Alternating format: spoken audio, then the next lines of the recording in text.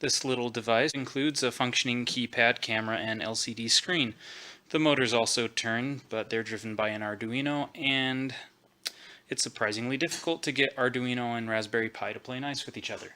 I did get them to talk to each other about some things, just not necessarily motors.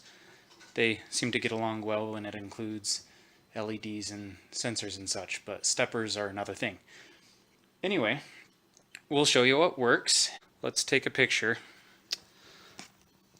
I can set a delay time using the keypad from 1 to 9 seconds because 9 seconds seems ample. And let's take a picture, peek at the preview, and then smile for the camera. Camera smiling for the camera. Yeah, it's dumb, I know.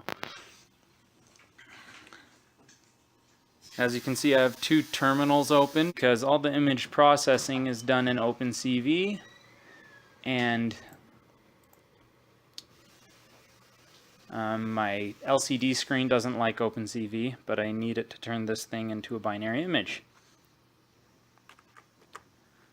This will just take a second. We'll see a binary image of the picture I just took. We'll see a range of thresholds, and hopefully one of them looks decent. I'm kind of liking the bin 1 image. Shows you my hands and the phone highlighted from the background. Now the original idea was, of course, to have this image drawn onto a whiteboard, but I didn't really get the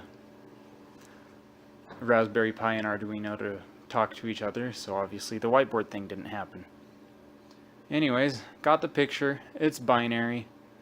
I could convert that to a matrix and send it to the Arduino, but out of time. Here on the upper right, that's the sketch that runs the motors, and I will edit in a little piece that demonstrates those running. I don't have the power supply with me at home because they require a 12-volt power supply, and right now what I have is just my Raspberry Pi and this little box and my HDMI display.